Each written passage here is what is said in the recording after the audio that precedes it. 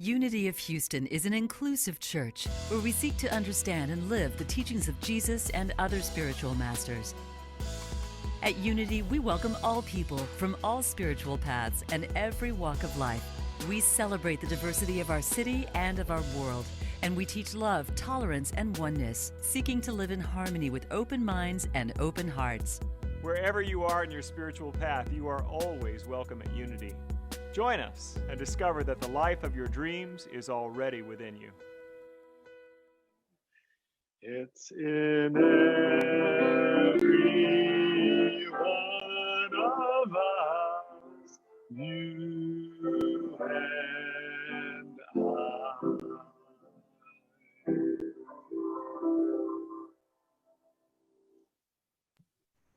Thank you, David. I love the joy of that tune. It's in every one of us. And so that makes it choiceless, right? It's really nothing that we need to do to be worthy of that wisdom and love that is present within each of us. It is our divine inheritance. Such a blessing. And so we come together this evening to remember this truth and to explore our spiritual path and how we're expressing this truth of who we are, of what's in every one of us on our spiritual journey. So I'm going to begin with a question I would like for you to consider. What is the greatest myth that we buy into on our spiritual path? So what do you think? So Pema Chodron, we're continuing our series on When Things Fall Apart. She tells us that the greatest myth that we buy into on our spiritual path is that we have ample time to do our spiritual work later. Is there anything on your spiritual path that you've put off? Maybe someone you thought, well, I want to forgive them, but I'm not quite ready. I think I'll do that later. Or how about meditate later? Yeah, I really love that meditation practice. It's really just working for me, jiving for me, but I maybe got a lot of things to do today. I've got to board up my house or whatever it is. We can fill up our day with endless activities and maybe never find the time to give our practice or to take that spiritual class, to be in community together or join the spirit group. We can carry this myth that we have ample time. And what hurricanes and pandemics come to remind us is of impermanence, that all things are subject to change, that we really do have no time to waste because we don't know how much time we have on the planet for sure, but not to sound grim about that, but maybe just how much time we have until things change and shift, where an opportunity maybe we have now may shift into something different. So we want to really be with what's before us to do and what our spirit is calling us to do. One thing that I've noticed in myself through this pandemic experience is that we've had a lot of loss. And when I hear about someone in our spiritual community who we've lost, or a beloved family member of a friend, and one of my first thoughts always tends to be, I thought I would have more time with that person. I just thought there'd be another visit, another opportunity to have a hug, share a smile or story. So we just don't know. So how would you live if you could live fully right now, not holding anything back, even in the midst of an impending hurricane, during a pandemic, sheltering in place, all that, to live fully? Is there something more that's being called from you? Have you become complacent, or have you become disgruntled, or is there something that's calling you higher so you can live more fully? So this message tonight, this word choicelessness, I thought this was very just compelling about what is it on our spiritual path that is choiceless. In Unity, we teach that, well, you have choice at the level of your thinking. You choose your experience. So what is it that is choiceless? In Buddhism, there's something called a Samaya Bond. And a Samaya Bond happens when a student commits completely to a teacher on their spiritual path. So they come into this unconditional relationship where the student commits to never leaving the teacher no matter what, and the teacher won't give up on the student no matter how mixed up and off the path and crazy they might get, as long as they stay committed to their practice and committed to their teacher and following what their teacher is guiding them to do. And this isn't a holy vow, it's actually a commitment to sanity, also known as waking up. And they commit, the teacher and the student commit to awakening together. We have a kind of a relationship like that in Christianity and Unity. There's a relationship with a spiritual director. I have a spiritual director, and I meet with him once a month. And it helps me to deepen my practice, knowing that I have that commitment with someone who is further along the path than I am, that holds deep wisdom, and that's willing to hold me accountable in my practice. And we can have a problem on our spiritual path when we are going at it and putting things off, fitting it in here and there, when we've made a commitment where we have a teacher, or perhaps it's a group, perhaps it's your spirit group, perhaps it's this Wednesday Night Satsang that you commit to showing up week after week and doing these practices with us and in your life ongoingly, that allows you to deepen and to hold yourself accountable, to open and remember who you are, and to stay present to what it is that you've come to this planet to do, your divine purpose. So the problem on the spiritual path is that rather than staying present and living fully in the now, we can, in our minds, be always looking for escape routes or alternatives, like that idea of the grass is always greener. I wish things were another way, or if things were normal now, if there wasn't a pandemic now, or there wasn't a hurricane coming, or that kind of thing. Looking to be in a more comfortable, more familiar experience can cause us to get off of being present. If you knew, we're talking about time, ample time, if you knew that you only had vision for another few hours, that tomorrow you would be blind, wouldn't you take in all the color that is around you? I see this outside my window. I'm sitting in front of a window, and there's this large ancient tree, I call it my wisdom tree, that's in my backyard, and to take in the experience of the wind going through the leaves, and seeing how the light comes through where the sky is, and just taking that in. If you knew that you would be deaf tomorrow, would you relish every sound? Even for me, there's a fridge I'm near the kitchen, and there's the sound of the fridge motor, but I would be, I can hear that. Isn't it a gift to hear? And so we often live as if we have ample time. Well, I'll pay attention to that tree another day, or my environment another day, or what's really going on. We can get lost in thought. We can get so caught up in our heads that we miss the vibrancy of the present moment. So I shared with you about the Buddhist practice of the Samaya Bond, and our author, Pema Chodron, she had a Samaya Bond with her teacher, Chompa Rinpoche. And so one time she was doing a spiritual practice, and it was one of those practices that went on for hours and hours and hours.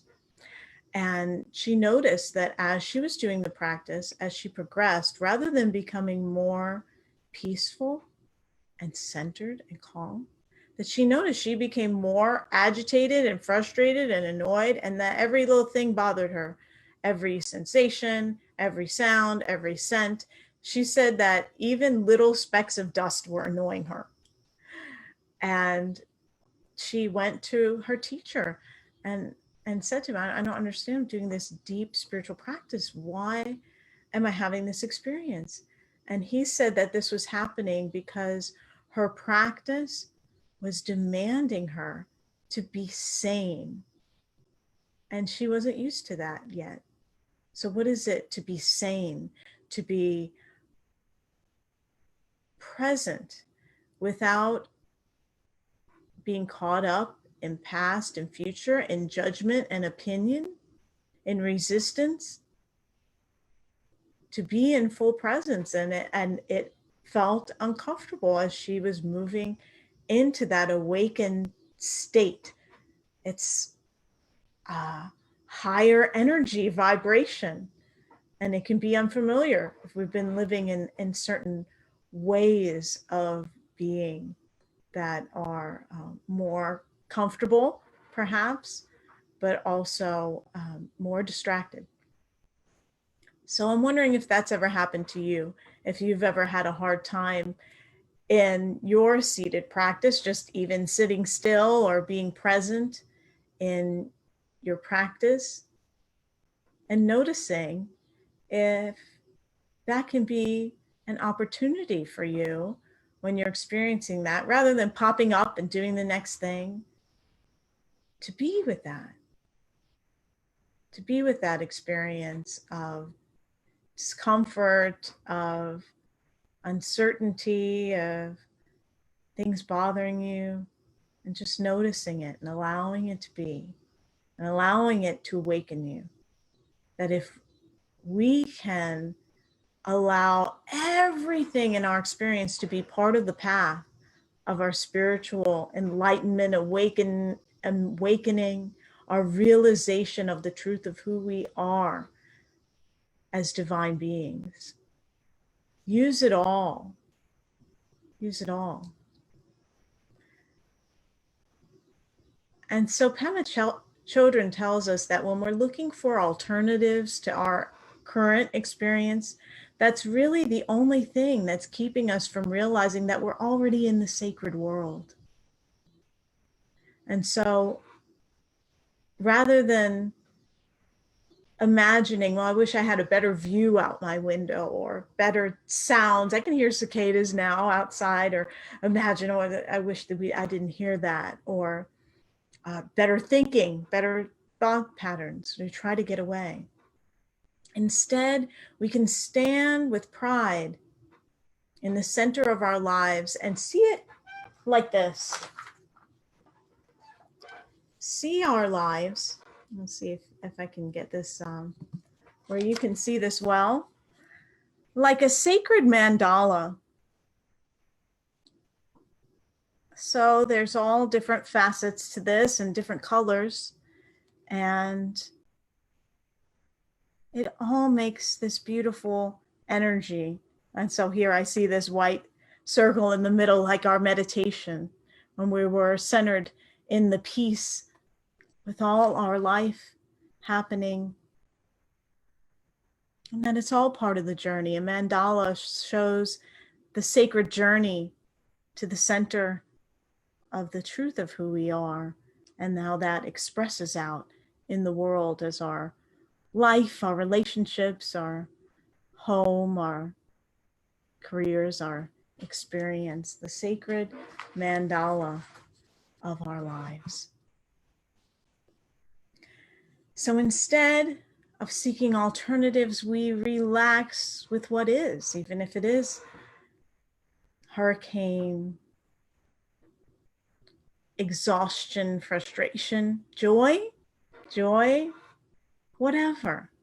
Relaxing with all of it, celebrations, fears. And so I invite you to affirm with me. I'll share this affirmation, and I hope that you'll say it where you are in response. This situation is absolutely and perfectly designed for my awakening. Say it again with you. This situation is absolutely and perfectly designed for my awakening. I am awake now. I am awake now.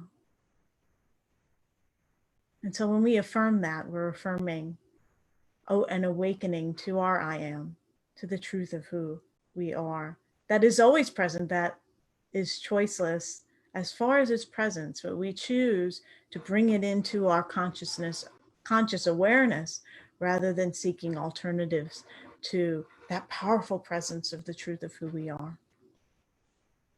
Pema Chodron says, the world is always displaying itself, always waving and winking, but we are so self-involved that we miss it. Imagine that spirit in the world, within people, within nature, within all of life. It's always saying, hey, David, hey, Shirley, hey, Marion,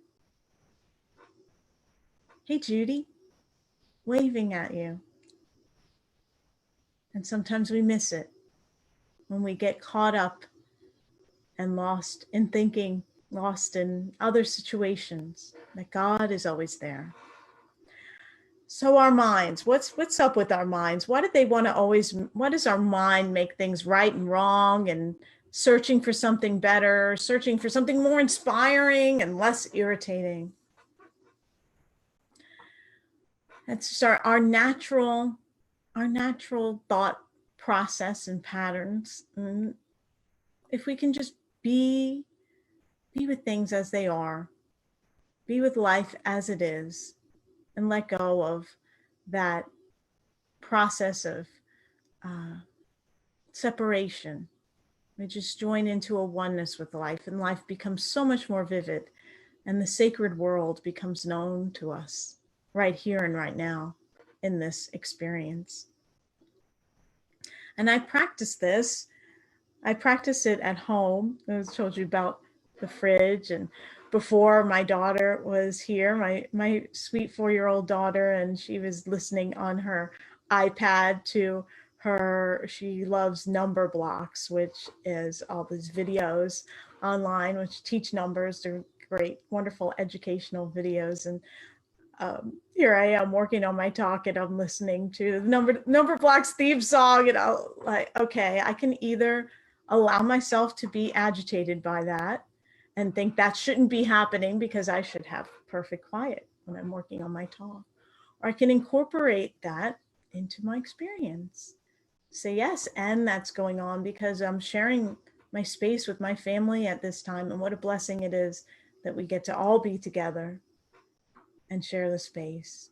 And I could ask her to lower it too, which I think I did, but just to be with it, that it's a beautiful part of all that is.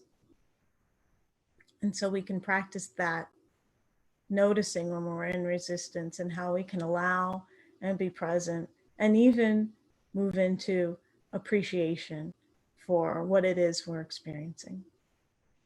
The practice of awakening to the truth of who we are in the sacred world that we live in, my experience of it is that it takes years of commitment to our spiritual practice of practicing meditation, so that I can be more present to not only my own thoughts and my own behaviors, also the world around me, so that I can be a better listener. I work at practicing that and discovering the spiritual mind that's beyond my intellectual mind, that aspect of myself that is the observer, the witness. When we come into this consciousness of noticing that there is that of me that is experiencing the experience I'm having, that's noticing the experience, that's witnessing it, that I'm having this I'm not just having a direct experience of speaking into my camera on my laptop and knowing that it's reaching our beloved Unity family and through this, but that also awakened to my own inner wisdom through that observer, observing that I can open to my own inner wisdom and the heart that we all have. We all have a good heart, a loving heart. That is our true nature is love. And so when we commit to our spiritual practice over time, regularly being part of a spiritual community and having that support, that brings us deeper and it calms us. It calms us from the anxiety and stress of the world to come into peace as we center into an alignment with the truth of who we are. And so Pema Chodron says that discovering who we are is like finding that sky and sun are always there and that it's the storm and clouds that come and go. I thought that was perfect for this time with the hurricane. Just knowing that no matter what storms and clouds come through, the sky and the sun are always there, and that these times of storms and distress or whatever may be going on in your life are here to pass and not to stay. And so I invite you this week for your spiritual practice to take time to notice who is observing the storms in your life. What of you is observing? To notice the noticer and to be with whatever arises. To just do that simple practice is a powerful practice in awakening again and again. Awakening is an ongoing practice of awakening to who we are. The more that you relax with what is, you'll recognize that in truth you are already awake, and that awakening has always been available to you. And what a joy it is to know that truth and to share that truth with you tonight. Thank you for watching this message today. I'd like to invite you to join us in person here on campus at Unity of Houston for Sunday morning or Wednesday evening services. If you can't be with us here on our campus, you can still join us live on Facebook or on our website, unityhouston.org, Sunday mornings at 11 a.m. Central.